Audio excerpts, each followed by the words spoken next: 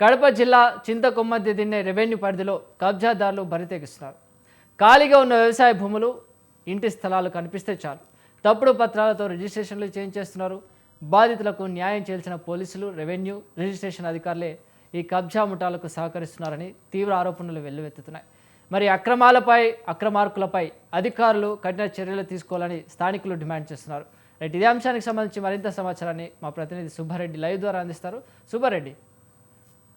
Good morning Chiranjeevi. ఏదైతే కడప నగరంతో పాటు అటు చింతకొమ్మిది మండలంలో కూడా భూ కబ్జాల పర్వం అనేటువంటిది కొనసాగుతోంది. ఏదైతే భూములు ఖాళీగా ఉండేటువంటి స్థలాలు, ఏదైతే విలువైనటువంటి స్థలాలు కావచ్చు, అలాగే విలువైనటువంటి భూములు కావచ్చు, ఖాళీగా ఉండేటువంటి భూములు కావచ్చు, వీటన్నిటిపైన కబ్జాదారులు కన్నేసి అక్రమాలకు పాల్పడుతున్నటువంటి పర్వం అనేటువంటిది ఇటీవల ఎక్కువగా కొనసాగుతుందని చెప్పుకోవచ్చు. అటు కార్పొరేషన్తో పాటు చింతకొమ్మిది మండలం. ఎందుకంటే అక్కడ విలువైనటువంటి భూములు, ఏదైతే విలువైనటువంటి భూములు ఏవైతే ఉన్నాయో వాటిని కబ్జా చేసి, అయితే ఇతరుల పేరు మీద ఉన్నా కూడా దాన్ని నకిలీ డాక్యుమెంట్ ఇంకోటి సృష్టించి కబ్జా చేసేటువంటి పరిస్థితి ఉంది. ఒక ముఠాగా ఏర్పడి ఏదైతే ఖాళీ ప్రదేశాలు ఎక్కడున్నాయనేటువంటి ఒక అన్వేషణ, ఒక కబ్జా బ్యాచ్ ముఠా ఇదంతా ఒక అన్వేషణ పర్వాన్ని అనేటువంటిది కొనసాగించి ఎక్కడైతే ఖాళీ స్థలం ఉందో దానికి సంబంధించినటువంటి లొకేషన్ ఏదైతే పెట్టి రెవెన్యూ అధికారులకు ఇది ఎవరిది స్థలం, ఎవరు దీనికి యజమాని అనేటువంటి ఆధారాలు రెవెన్యూ అధికారులు అలాగే సర్వేయర్లను ద్వారా తెలుసుకొని పేదవాడైతే ఇంకా ఆ స్థలాన్ని మర్చిపోవాల్సినటువంటి పరిస్థితి ఉంది. అయితే ఆ స్థలానికి సంబంధించి ఖచ్చితంగా ఏముండాయనేటువంటి దాని డాక్యుమెంట్లకు సంబంధించి వాటిని ఏదైతే ఆ స్థలానికి ఉండేటువంటి డాక్యుమెంట్ కావచ్చు, సంబంధిత యజమాని పేర్లతో సహా మొత్తం వివరాలన్నీ సేకరించినటువంటి నేపథ్యంలో ఆ సంబంధిత యజమాని యొక్క పేరు సంబంధించి నకిలీ డాక్యుమెంట్లు సృష్టించడము, అదే పేరుకు సంబంధించినటువంటి వ్యక్తి యొక్క ఆధార్ కార్డు సేకరించడము, ఆధార్ కార్డు పేరు మార్చడము, ఇంటి పేరు మార్చి రిజిస్ట్రేషన్ చేసుకునేటువంటి పరిస్థితే కడప నగరంతో పాటు అటు చింతకొమ్మిది ఏరియాలో కబ్జాలు అనేటువంటిది గద్దల్లా వాలిపోయి పేదలకు సంబంధించినటువంటి కావచ్చు, లేకపోతే విలువైనటువంటి భూముల పైన గద్దల్లా వాలి వాటిని స్వాధీనం చేసుకునేటువంటి పరిస్థితి. పేదలు కావచ్చు, అలాగే ఎవరైనా ఒక ఉద్యోగస్తులు కావచ్చు, ఎవరైనా కావచ్చు, ఏదో ఒక రోజు మనకు ఉపయోగపడుతుంది, డబ్బులు ఉంటే ఖర్చు అవుతుంది, ఆ డబ్బులు ఏదో ఒక రూపంలో దాన్ని ఆ స్థలం అనేటువంటిది కొనుక్కుంటే రేపు పొద్దున పిల్లలకు చదువులకు కావచ్చు, పెళ్ళిళ్ళకు కావచ్చు, ఇలాంటి వాటికి ఉపయోగపడుతుంది అనేటువంటి నేపథ్యంలోనే గతంలో కొనుక్కున్నటువంటి భూములకు ఇప్పుడు ఈ కబ్జాదారులు వాటిపైన కన్నేసి వాటిని స్వాధీనం చేసుకొని కబ్జా చేసేటువంటి పరిస్థితి ఇక్కడ కనిపిస్తుంది.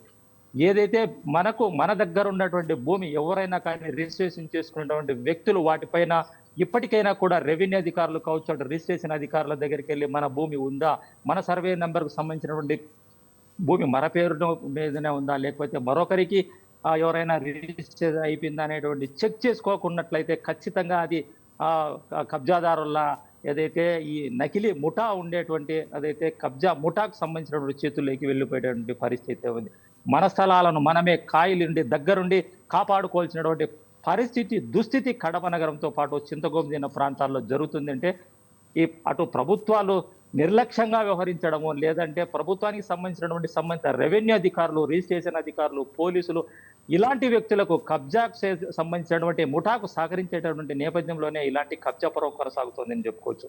గతంలో రైతులు పంట పొలాలకు నైట్ అంతా కాయలుండి పందుల కోసం కానీ లేకపోతే అడవి జంతువుల కోసం కాయలు ఉండేటువంటి పరిస్థితి ఉండేది. ఇప్పుడు అదే స్థలాల కోసము సంబంధిత యజమానులు కాపలాదారులుగా ఉండాల్సినటువంటి దుస్థితి వచ్చింది. గత ప్రభుత్వంలో కూడా ఇలాంటి నకిలీ డాక్యుమెంట్లతో, నకిలీ ఆధార్ కార్డులతో రిజిస్ట్రేషన్లు చేసుకున్న సంగతి గత ప్రభుత్వంలో కూడా జరిగింది. మరి ఈ ప్రభుత్వంలో కూడా అదే పందాను కూటమి నాయకులు కూడా వ్యవహరిస్తున్నారనేటువంటి ఒక ఆరోపణలు అయితే బలంగా వినిపిస్తున్నటువంటి పరిస్థితి ఇక్కడ కనిపిస్తుంది. ప్రధానంగా కడప నగరంలో చిన్న చౌకు, ముత్తుంజకుంట అటు తీసుకున్నట్లయితే చిన్న చౌకు ప్రాంతంలో ముత్తుంజకుంట కావచ్చు, అలాగే ఎర్రముక్కపల్లె కావచ్చు, అలాగే చింతకొమ్మిదిని తీసుకున్నట్లయితే మామిళ్ళపల్లె, ఈ ప్రాంతాల్లో బాగా విలువైనటువంటి భూములు.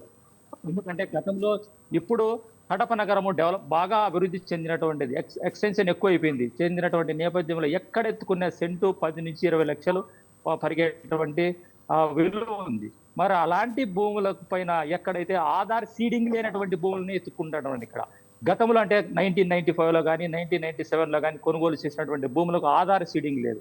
ఆధార్ సీడింగ్ లేనటువంటి భూముల పైన ప్రధానంగా ఈ కబ్జాదారులు కన్నేసి వాటికి సంబంధించినటువంటి నకిలీ డాక్యుమెంట్లు తయారు చేసుకుంటున్నారు. అంటే అప్పట్లో తక్కువ కొనుగోలు చేసినటువంటి భూములు ఇప్పుడు బాగా పెరిగినటువంటి నేపథ్యంలో ప్రధానంగా కడప నగరంలో అటు ఎస్బీఐ కాలనీ కావచ్చు, అటు మృత్యుంజయ కుంట కావచ్చు, అటు చిన్నచోకు ప్రాంతంలో కావచ్చు.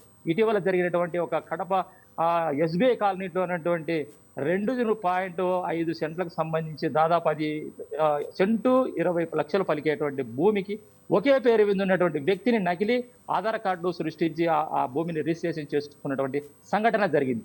సంబంధిత యజమాని రిజిస్ట్రేషన్ శాఖకు వెళ్ళి నా భూమి కబ్జా చేసినారనేటువంటిదంటే అక్కడ ఇచ్చినటువంటి ఉచిత సలహా ఎవరైతే రిజిస్ట్రేషన్ శాఖకు సంబంధించిన అధికారులు, మాకు డబ్బులు కావాలి, ఎవరిది వచ్చినా రిజిస్ట్రేషన్ చేస్తాం, మీరు కావాలంటే రిజిస్ట్రేషన్ చేసుకున్న వాళ్ళతో ఏదైనా మాట్లాడుకొని సెటిల్ చేసుకోండి. ఇది రిజిస్ట్రేషన్ శాఖ చేసేటువంటి వ్యవహారం.